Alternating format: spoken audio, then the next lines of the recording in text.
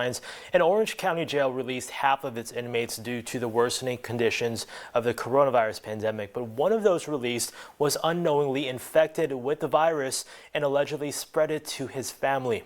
Stacey Butler has this interview with the former inmate's sibling. How do you explain that to a 4-year-old that, Nana might not come home? If Stephanie Espinoza could, she would be at her mom's bedside in the ICU where the 65-year-old is battling COVID.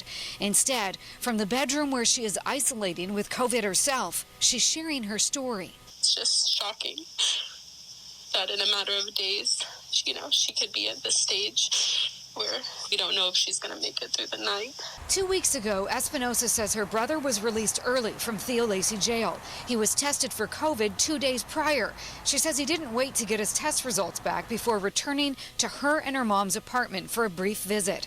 The next day, when he called the jail to ask about his belongings, his sister says he was told he was COVID positive. Even though our exposure was minimal, we still isolated and went to go get tested. At first, she and her mom, who has diabetes, tested negative.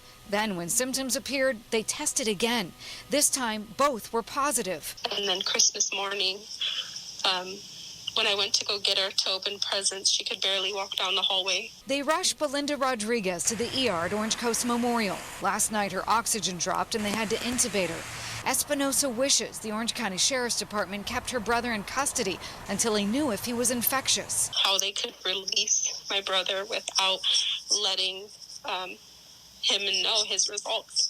It was 1 day, and they couldn't wait to release him. A spokesperson with the Orange County Sheriff's Department says when inmates are released and have medical needs, including COVID, OC Health has a process in place to make contact during the release process to provide information.